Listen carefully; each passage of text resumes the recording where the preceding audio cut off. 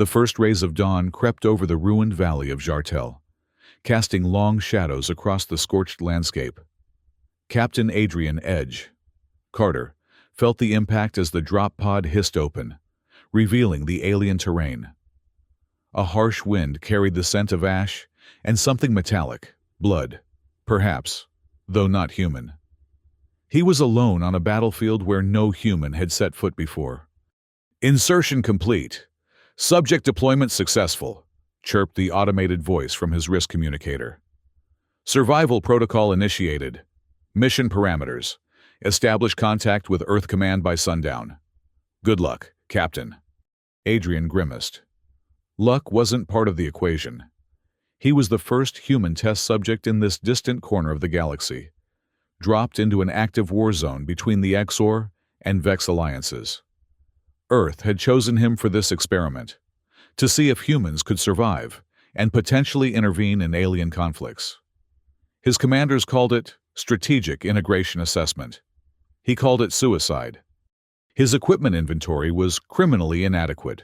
Standard exo armor that had seen better days, a tactical knife that gleamed dully in the alien sunlight, and a signal tracker that was already showing intermittent failures. No heavy weapons, no advanced shields, nothing that would give him a real fighting chance. "Earth Command, this is Captain Carter. Confirm deployment on Jartel. Equipment status suboptimal. Request immediate." Static cut through his transmission. Then, something unexpected. A voice, not from his communicator, but seemingly projected from a nearby observation antenna jutting from the rocky terrain. "They dropped one human into the war zone for fun. Look at it, primitive, fragile.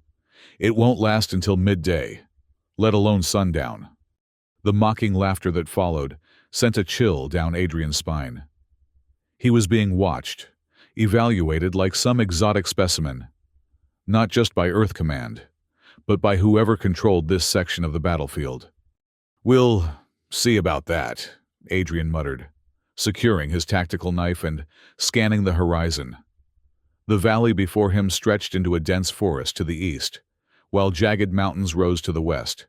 Smoke billowed from several locations, active combat zones, most likely. His first priority was to find cover and assess the situation. The signal tracker, despite its glitches, indicated a settlement approximately 5 kilometers to the northeast, with no better option. Adrian began moving, keeping low, and using the ruined landscape for concealment. As he traversed the war-torn terrain, evidence of the conflict between the Zor and Vex became increasingly apparent. Destroyed machinery of alien design littered the path, sleek, crystalline structures that must have belonged to the Vex, contrasting with the brutal, industrial remnants of Zor technology. 3 hours into his journey, Adrian froze. Voices, not transmitted this time, but actual, nearby conversations in a language his universal translator struggled to process. He crouched behind a collapsed structure and observed. A group of slender, gray-skinned beings moved through a clearing ahead. The Kreks, indigenous inhabitants of Jartel, according to his briefing, supposedly neutral in the Zorvex conflict. They were nomadic tribes caught in the crossfire. These particular individuals appeared to be gathering supplies from abandoned structures, moving with the cautious efficiency of those accustomed to danger. Adrian's attention shifted to the ridge overlooking the Kreks. Movement, subtle but unmistakable. The metallic glint of weapons. An ambush was forming. His mission parameters said nothing about intervening in local affairs. Logic dictated he should remain hidden, continue toward the settlement, and focus on establishing contact with Earth. But as he watched the unsuspecting Kreks, something else, something fundamentally human, overrode that logic. The Zor strike team descended on the Kreks with brutal efficiency. 7 soldiers, each encased in obsidian-like armor, with pulsing red energy lines, unleashed a barrage of energy weapons. The first blasts struck the ground near the Kreks, deliberately missing, herding them toward a natural bottleneck in the terrain. Adrian analyzed the tactical situation in seconds. The Zor weren't trying to kill the Kreks immediately. They were corralling them. Capture, not elimination, was their goal, which meant Adrian had a narrow window to act. Drawing his tactical knife, he circled behind the Zor position. His exo-armor's camouflage function still worked, thankfully, allowing him to approach unseen. The lead Zor soldier stood slightly apart from the others, coordinating their movements with authoritative gestures. Adrian struck with precision, born from years of special operations training.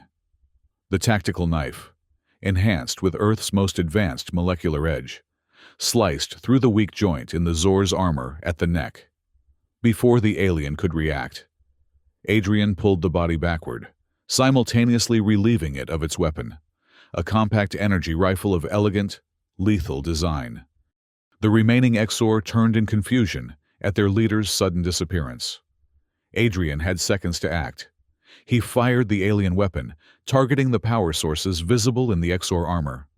2 soldiers fell immediately, their armor systems overloading in crackling bursts of energy. The Kreks, seeing the Zor ranks thrown into disarray, seized the opportunity. From concealed positions, they produced primitive but effective projectile weapons and opened fire. The remaining Zor, caught between Adrian's assault and the Kreks' counterattack, retreated in disorganized haste. In less than a minute, the ambush had been reversed. 5 Zor soldiers fled into the distance, leaving 2 dead companions behind. Adrian stood, the alien rifle still humming with energy in his hands, and faced the bewildered Kreks. The tallest of the Kreks stepped forward, studying Adrian with 4 iridescent eyes that blinked in an unsettling pattern. The being's skin shifted from gray to a subtle blue, an emotional response, perhaps. "You are human," the Kreks said, the translator finally catching up with their language. "We know of your kind from transmissions, but none have walked Jartel before." Adrian lowered the weapon slightly. "Captain Adrian Carter, Earth Empire. I intervened because the ambush was tactically flawed and unnecessarily cruel." A sound emerged from the Kreks that Adrian's translator couldn't process, something between laughter and song. "Tactically flawed? Yes, indeed. I am Krexrak, Lord of the Eastern Valley Tribes. You have saved my hunting party from capture or worse."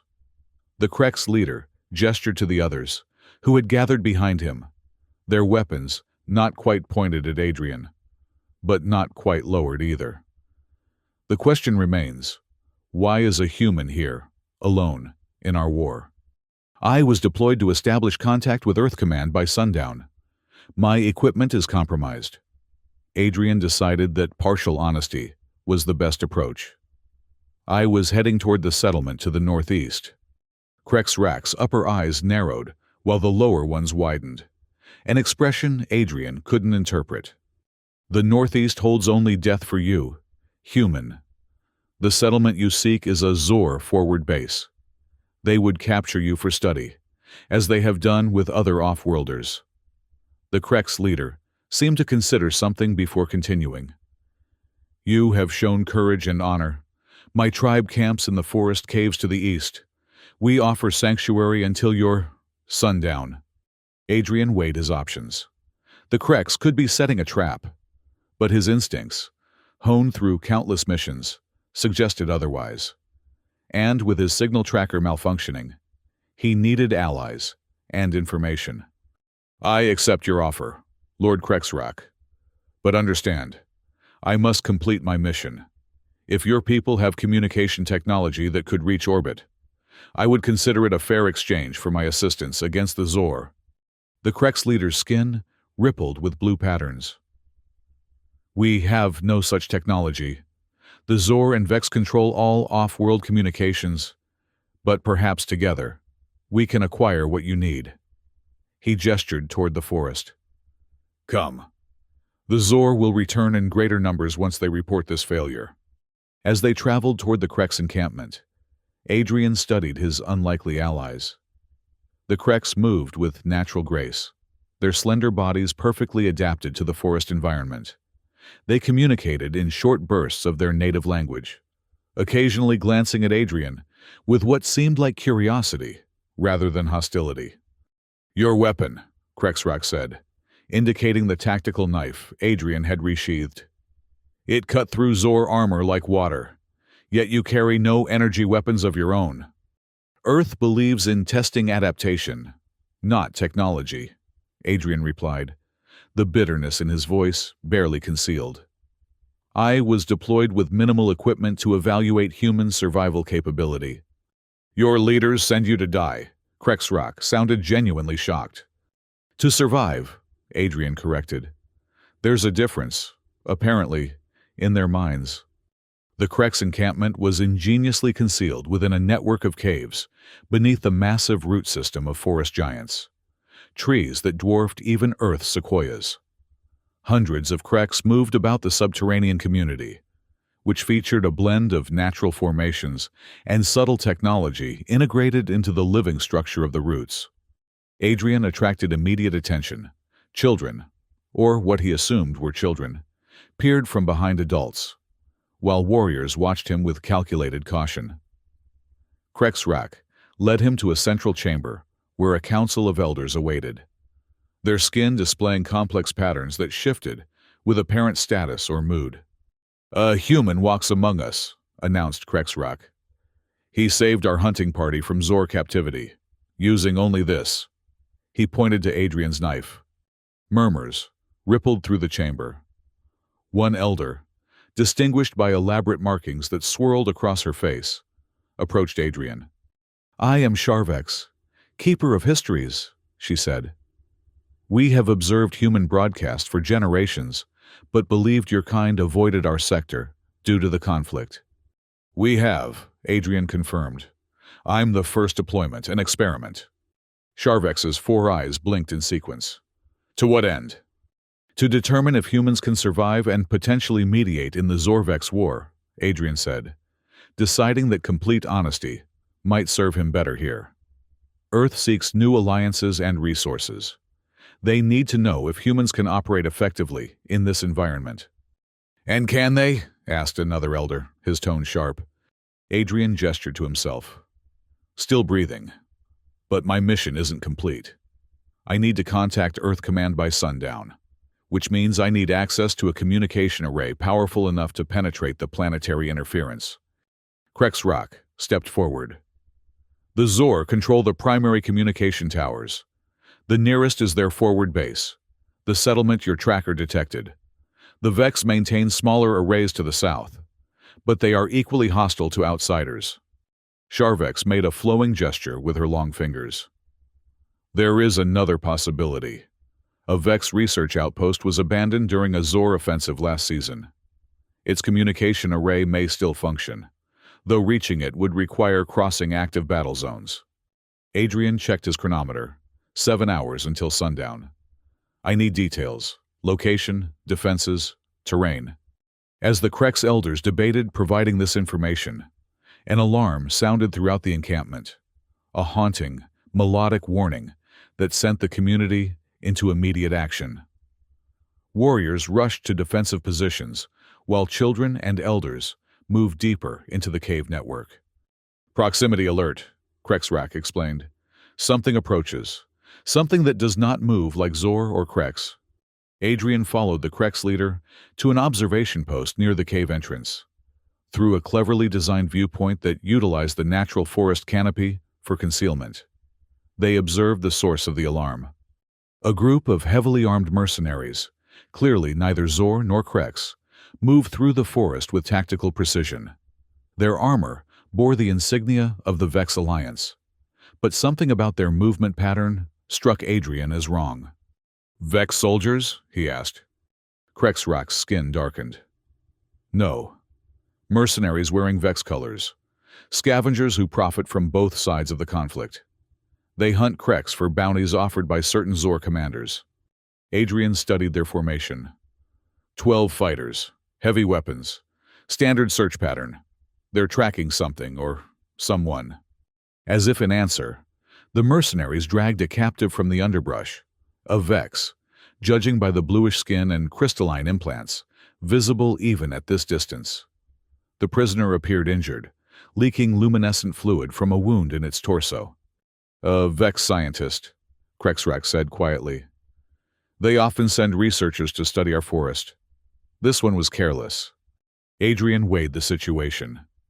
The mercenaries were heading directly toward the hidden entrance to the Krex encampment. Whether they knew of its existence or were simply following a search pattern, the result would be the same: discovery and likely slaughter of the Krex community. "How many warriors can you muster?" Adrian asked. 20 with combat experience," replied Krexrak. "But our weapons are no match for their armor." Adrian's mind raced through tactical scenarios.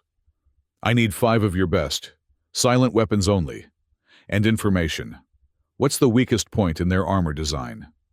Krexrak's skin flashed with what Adrian was beginning to recognize as surprise. "You would fight for us again?" "They're between me and my mission objective," Adrian said simply. "And I dislike unnecessary cruelty." Within minutes, Adrian had assembled a strike team of Krex warriors, each armed with bone-like daggers and projectile weapons that used the natural tension of the forest giant's fibers to launch poison darts. Krexrak himself insisted on joining, bringing what appeared to be a ceremonial staff that hummed with subtle energy. "They're neck seals," Krexrak explained, as they prepared to move out. "The mercenaries use salvaged armor. The connection between helmet and chestplate is vulnerable." Adrian nodded, formulating a plan. "We'll use the canopy for elevation advantage, split their formation, isolate targets, strike from above. Priority is freeing the Vex prisoner. They might have information about functioning communication arrays." The Krex warriors moved through the forest canopy with supernatural agility, their bodies seemingly in perfect harmony with the massive trees. Adrian followed as best he could, his exo-armor's enhancements strained to their limits. From their elevated position, they observed the mercenary unit pausing in a small clearing. The leader, distinguished by elaborate shoulder armor, was interrogating the Vex prisoner, who knelt on the ground, still bleeding luminescent fluid. Adrian signaled the Krex into position, encircling the clearing above the unsuspecting mercenaries. He pointed to individual targets, assigning each Krex warrior their primary objective. Then, with a final gesture, he initiated the attack. The first mercenary fell without a sound, a poisoned dart striking precisely at the neck seal. Before the others could react, Adrian dropped from the canopy, landing directly behind the unit leader. His tactical knife found the vulnerability in the armor with surgical precision. Chaos erupted as the remaining mercenaries realized they were under attack. Energy weapons discharged wildly into the canopy, but the Krex were already moving, striking from new positions with each heartbeat.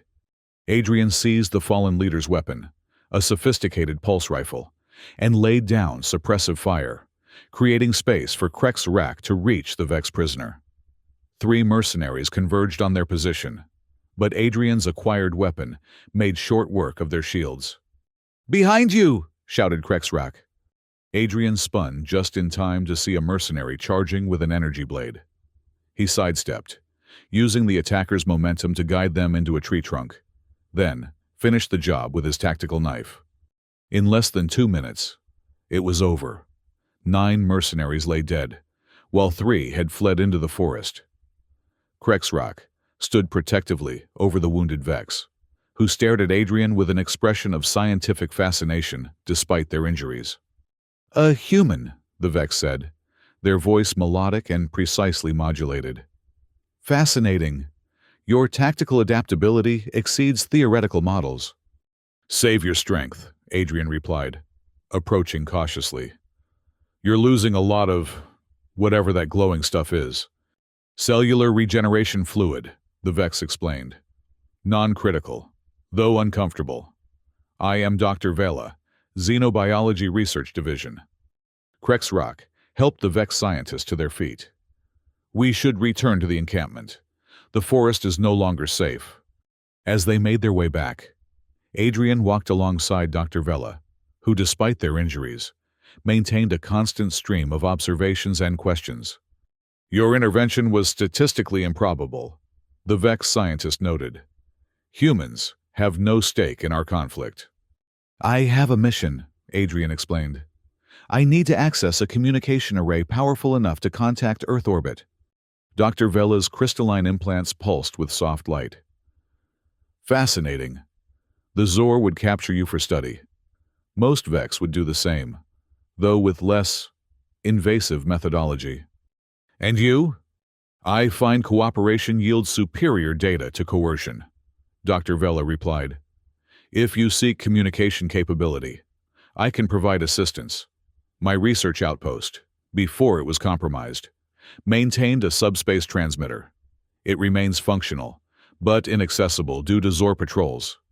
They reached the Krex encampment, where Dr. Vela received medical attention from healers, who approached the alien physiology with surprising competence.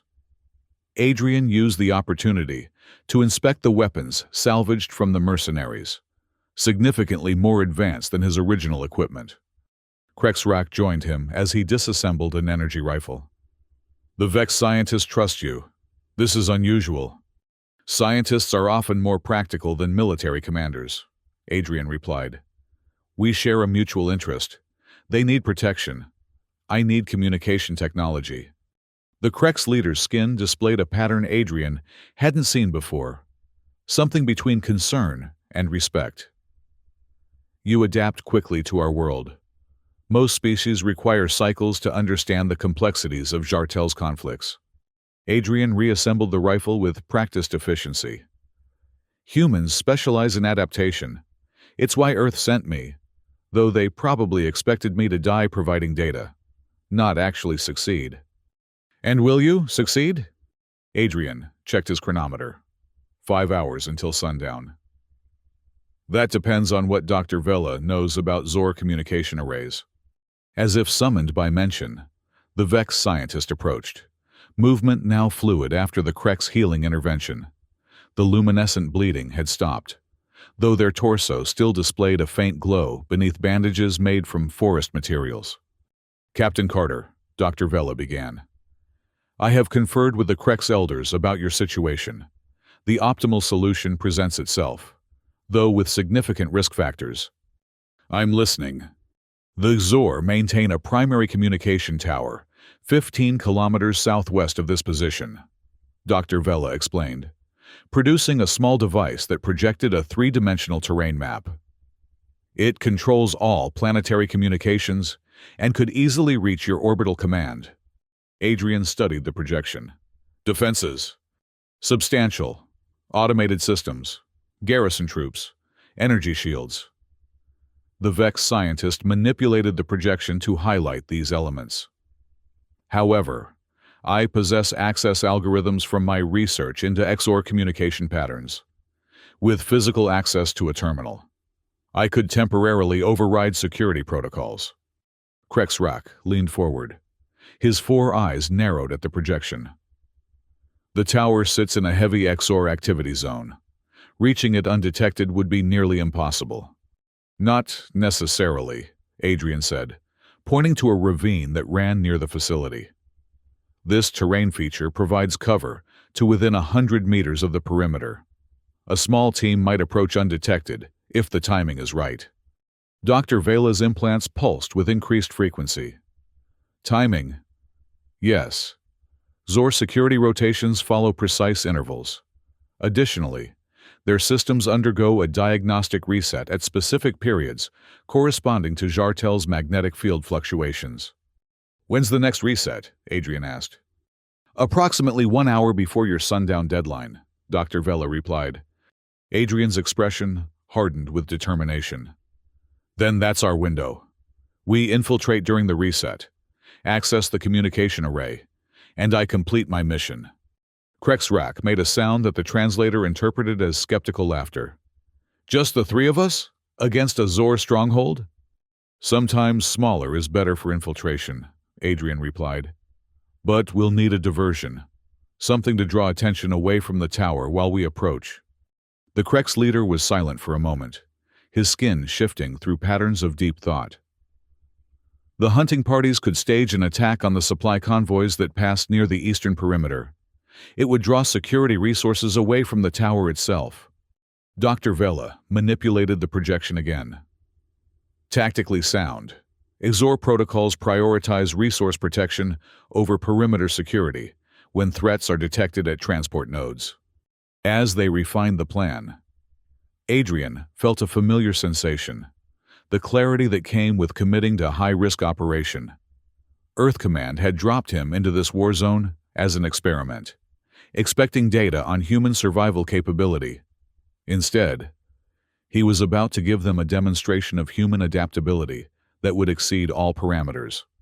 3 hours later, Adrian, Krexrak, and Dr. Vela positioned themselves at the edge of the ravine leading to the Zor communication tower. The structure dominated the landscape, a spiraling monument of black metal and pulsing energy, stretching nearly 200 meters into the sky. Adrian had equipped himself with the best of the salvaged mercenary gear. Enhanced armor components, integrated with his exosuit, 2 energy weapons, and a shield generator of Vex design that Dr. Vela had modified for human use. His tactical knife remained secured at his side, the one piece of Earth technology that had proven consistently reliable. Through macro binoculars, he observed Zor patrols moving along precise routes around the tower perimeter. Their discipline was impressive, almost mechanical in its precision. "The Krex diversion should begin in approximately 7 minutes," Dr. Vela whispered, checking a device embedded in their wrist. "The system diagnostic reset will follow 3 minutes after." Krexrak, who had insisted on accompanying them despite the danger, gripped his energy staff tightly. "My warriors will not fail us. They understand what is at stake." Adrian lowered the macro binoculars. "Which is what, exactly? You're risking your people for my mission? Why?" The Krex leader's skin displayed complex patterns that shifted between determination and something deeper. "For generations, my people have survived by avoiding both Zor and Vex. We hide, we run, we endure. But endurance without purpose is merely prolonged defeat." He gestured toward the tower. "This, helping you, is purpose. Perhaps the first step toward Krex determining our own fate, rather than having it determined for us." Before Adrian could respond, a series of explosions erupted on the eastern horizon. The Krex diversion had begun, hunting parties attacking the Zor supply convoy with surprising effectiveness. "Patrol response initiated," Dr. Vela observed, as Zor security forces began moving toward the disturbance. "Tower security reduced by approximately 60%. "That's our cue," Adrian said. "Stay low, move fast, maintain communication silence unless absolutely necessary." They traversed the ravine with careful speed, using natural formations for cover. As they approached the tower perimeter, Adrian noted the automated defense turrets tracking potential threats. But, as Dr. Vela had predicted, many had rotated to face the distant explosions. "Reset commencing," the Vex scientist whispered as they reached the perimeter fence. The energy barrier that normally surrounded the tower flickered momentarily, then stabilized at a lower intensity. "We have 90 seconds of reduced security." Adrian activated his stolen shield generator and stepped directly into the energy barrier. The shield absorbed the barrier's energy, creating a localized disruption large enough for Krexrak and Dr. Vela to slip through. The effort drained the shield to critical levels, but they were inside. Moving from shadow to shadow, they approached the tower's base. 2 Zor guards remained at the main entrance, too many to eliminate silently. "Secondary access point," Dr. Vela indicated, pointing to a maintenance hatch halfway around the structure's base. "Used for system access during full security lockdowns." They circled to the hatch, where Dr. Vela pressed their crystalline implants against the access panel. The alien technology interfaced with the Zor systems, creating a bypass that caused the hatch to slide open with a soft hiss. Inside, the tower hummed with energy. Conduits ran along the walls, carrying power and data to the massive communication array at the summit.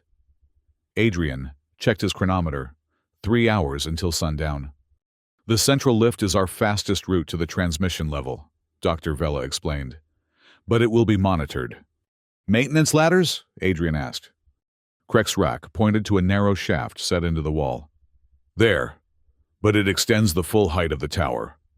Then we climb, Adrian decided. Vela, you're injured. Can you manage it? The Vex scientist's implants pulsed confidently. My physiological parameters are within acceptable ranges for the task. The climb was arduous. Nearly 100 meters of vertical ascent through a shaft barely wide enough for Adrian's shoulders. The air grew thinner as they climbed, while the energy conduits surrounding them increased in intensity, occasionally discharging small arcs of power that threatened to dislodge their grip. After what seemed like an eternity, they reached a maintenance platform near the top of the tower. Dr. Vela indicated a security door that would lead to the transmission chamber. The door requires XOR genetic authentication, the scientist explained. I can bypass it, but the process will trigger a low-level alert. Adrian considered their options. How long until security responds to the alert? Approximately 3 minutes, given current deployment patterns. Do it. We'll deal with the response when it comes. Dr. Vela interfaced with the security panel, their implants glowing intensely with the effort of overriding alien security protocols. The door slid open with a reluctant groan, revealing the transmission chamber beyond. The room was a marvel of alien technology, a circular chamber dominated by a central console surrounding a column of pure energy that stretched up through an opening in the ceiling to the transmission array above. The walls were lined with data terminals, each pulsing with information streams. Magnificent, breathed Dr. Vela, approaching the central console with reverent steps. The Zor Communication Nexus. From here, they coordinate all planetary operations. Adrian remained focused on the mission.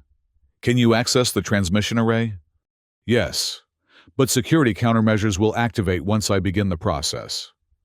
The Vex scientist's fingers danced across the alien interface. I recommend preparing for hostile response. Krexrak moved to the chamber entrance. Energy staff at the ready. I will hold them as long as possible. Adrian positioned himself beside the Krex leader, both energy weapons primed. How long will you need, Vela? 4 minutes to reconfigure the array for Earth communication protocols. Another 2 to establish the connection. We'll give you 8, Adrian promised, though he knew the claim might be hollow. The first alarm sounded less than a minute after Dr. Vela began working. Red energy pulsed through the chamber as security systems detected the unauthorized access. Adrian could hear the distant sound of boots on metal, Xor security forces responding to the breach. Contact imminent, Krexrak warned, his skin darkening to combat patterns. The first Zor soldiers appeared at the end of the corridor, 3 heavily armored troops advancing with methodical precision. Adrian and Krexrak opened fire simultaneously, forcing the soldiers into cover. Working, Dr. Vela called from the console. Reconfiguration at 30%. More XOR forces joined the first group, laying down suppressive fire that forced Adrian and Krexrak to take cover on opposite sides of the doorway. Energy blasts scorched the walls around them, the air filling with the acrid scent of ionized particles. We need to slow them down, Adrian shouted over the cacophony of weapon fire. He reached for a mercenary grenade attached to his salvaged gear. Cover me! Krexrak unleashed a barrage from his staff, each shot precisely targeted to force the Zor troops back. Adrian took advantage of the moment to prime and throw the grenade down the corridor. The resulting explosion collapsed part of the maintenance shaft, temporarily blocking the direct approach. That won't hold them long, Krexrak observed. They'll find another route. Reconfiguration at 70%, Dr. Vela reported. Beginning transmission protocols. Adrian checked his ammunition. The energy cell in his primary weapon was nearly depleted. He switched to his backup, a smaller, but still lethal sidearm. Movement from the secondary corridor, warned Krexrak, indicating a previously unnoticed access point on the chamber's far side. Before they could reposition, the wall beside them exploded inward. Through the debris stepped a towering figure, nearly twice Adrian's height, encased in armor that pulsed with malevolent energy. Unlike the standard Zor troops, this being moved with calculated menace, each step resonating with authority. "General Defar," Krexrak whispered, his voice tight with fear. The Zor general surveyed the chamber, focusing first on Dr. Vela at the console, then on Krexrak, before finally settling on Adrian. When he spoke, the universal translator rendered his words with chilling clarity. "A human? How disappointing. I expected a more impressive specimen for the first of your kind to reach Zartel." Defar's armor hummed as weapon systems activated. "Your experiment ends here." Adrian didn't waste breath on a response. He fired directly at the general's faceplate, but the energy blasts dissipated harmlessly against advanced shields. Defar laughed, a sound like grinding metal. "Primitive, just like the rest of your species." He raised a massive weapon that materialized from his armor. "I'll preserve enough of you for study." "Transmission ready!" shouted Dr. Vela from the console. "I need 30 seconds to establish connection." Krexrak looked to Adrian, his 4 eyes conveying a silent message. Before Adrian could stop him, the Krex leader charged directly at General Defar, his energy staff held high. "For the Krex!" he cried, bringing the staff down with all his strength against the general's shield. The impact created a feedback surge that threw both Krexrak and Defar backward. The Krex leader slammed against the wall, his staff shattering on impact. Defar stumbled but quickly regained his footing, advancing on the fallen Krex with murderous intent. Adrian saw his opportunity. While Defar was focused on Krexrak, he sprinted toward the general, tactical knife drawn. The blade, designed to penetrate the most advanced armor Earth had encountered, found a seam in the Zor general's knee joint. Defar roared in pain, swinging a massive arm that caught Adrian squarely in the chest, sending him flying across the chamber. His exo-armor absorbed much of the impact, but the breath was still knocked from his lungs as he crashed into a data terminal. "Pathetic," Defar snarled, limping slightly as he approached Adrian. "You think your primitive weapon can harm me? I command technologies beyond your comprehension." Through blurred vision, Adrian saw Dr. Vela working frantically at the console, the transmission array above pulsing with increasing intensity. Krexrak lay motionless against the wall, his skin faded to a dull gray. "Connection established," Dr. Vela announced. "Transmitting now." Defar spun toward the console, raising his weapon. "No!" Adrian launched himself forward with the last of his strength, tackling the Zor general from behind. They crashed to the floor together, Adrian's tactical knife finding another vulnerability, this time in the power conduit at the base of Defar's helmet. Energy discharged in a violent burst, throwing Adrian clear. Defar's armor systems fluctuated wildly, power surging uncontrollably through compromised circuits. "What have you done?" the general demanded, his voice distorted by failing systems. Adrian struggled to his feet, blood trickling from a cut above his eye. "Adapted," he answered simply. Defar's armor began to emit an ominous whine as critical systems cascaded toward failure. The general struggled to remove his helmet, but the emergency releases had been damaged in the power surge. "Captain Carter," Dr. Vela called urgently. "Earth Command acknowledges transmission. They are surprised by your survival." Adrian limped to the console, keeping one eye on the disabled general. "Tell them I've made contact with potential allies against the Zor. Request immediate support and diplomatic authorization." As Dr. Vela relayed the message, Adrian moved to Krexrak's side. The Krex leader's eyes flickered open, all 4, though dimmer than before. "Did we succeed?" Krexrak asked, his voice barely audible. "Mission accomplished," Adrian confirmed, supporting the injured alien into a sitting position. Earth knows we're here. They're sending support. Krexrak's skin displayed a weak but distinct pattern of satisfaction. The first alliance between humans and Krex. My ancestors would be proud. A thunderous explosion shook the tower as Defar's compromised armor finally failed catastrophically. The general collapsed, his systems offline. Though Adrian could see, he still lived, unconscious but alive. We should leave immediately, Dr. Vela advised, disconnecting from the console. Secondary Exor forces will converge on this position within minutes. Adrian helped Krexrak to his feet. Can you walk? For freedom? Always, the Krex leader replied with renewed strength. They made their way to a secondary maintenance shaft that Dr. Vela identified, beginning the descent just as alarms throughout the tower reached a fever pitch. Above them, the transmission array continued broadcasting to Earth, the connection established and maintained despite Zor attempts to sever it. Earth Command confirms reception of all tactical data, Dr. Vela reported as they descended. They are impressed by your accomplishments. They should be, Adrian replied grimly. They dropped one human into a war zone for fun. I'm taking the planet by sundown. As they reached the base of the tower, they found chaos rather than opposition. The Zor forces were in disarray. The incapacitation of General Defar had created a command vacuum that no one was prepared to fill.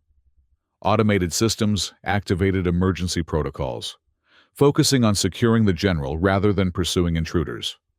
They slipped through the perimeter during the confusion, making their way back to the ravine where they'd begun their approach. In the distance, the Krex diversion forces were already withdrawing, having accomplished their mission perfectly. Adrian checked his chronometer as they reached safety. 1 hour until sundown. What happens now? Asked Krexrak, who had regained much of his strength during their escape. Earth will send representatives, Adrian explained. Proper diplomats, scientists, cultural experts. They'll want to establish formal relations with the Krex and assess the Zor-Vex conflict more thoroughly. Dr. Vela's implants pulsed thoughtfully. The Zor dominance of Jartel was predicated on technological superiority and psychological intimidation. Both have been compromised today. The balance of power has shifted. As if to emphasize this point, they heard the distant sound of explosions from the direction of the tower. On the horizon, they could see Zor ships rising into the atmosphere, not in pursuit, but in retreat. They're withdrawing to orbital positions, Dr. Vela observed. Standard protocol when ground command is compromised. They will regroup, reassess. Giving us time, Adrian noted. Time for Earth to establish a foothold here. Time for the Krex to organize. Time for potential allies like yourself, Dr. Vela, to choose sides. The Vex scientist regarded Adrian with what might have been respect. I have already chosen. Science prospers through cooperation, not conquest.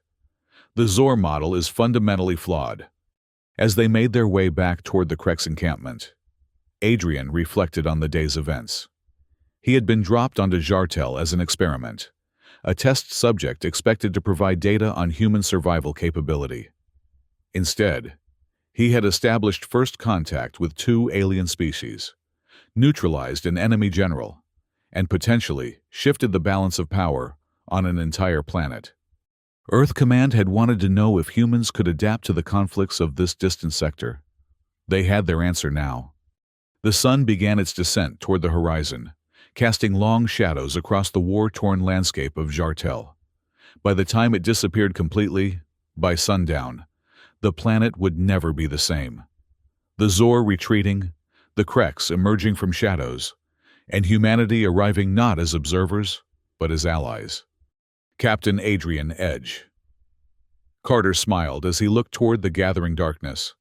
Sundown wasn't an ending. It was just the beginning. In the fading light, Krexrak placed a 4-fingered hand on Adrian's shoulder. You have given my people something we had forgotten existed. What's that? Adrian asked. Hope, replied the Krex leader, his skin glowing with patterns of profound emotion. And for that, the Krex will stand with humanity until the stars themselves grow dark. As the last rays of light disappeared behind the mountains, Adrian's communicator activated with a message from Earth Command. Extraction team inbound, Captain Carter. Mission parameters exceeded beyond all projections. Strategic integration assessment. Unqualified success. Prepare for immediate diplomatic follow-up. Adrian exchanged glances with Krexrak and Dr. Vela before responding. Negative on extraction. Request diplomatic team join me planetside. The Krex-Human Vex Alliance is prepared to receive them. He paused before adding, and inform command. Next time they want to drop humans into war zones, send more than one. We tend to take over the entire planet. As night fell on Jartel, three figures, human, Krex, and Vex, stood together against the darkness, their unlikely alliance a beacon that would soon burn brighter than any sun.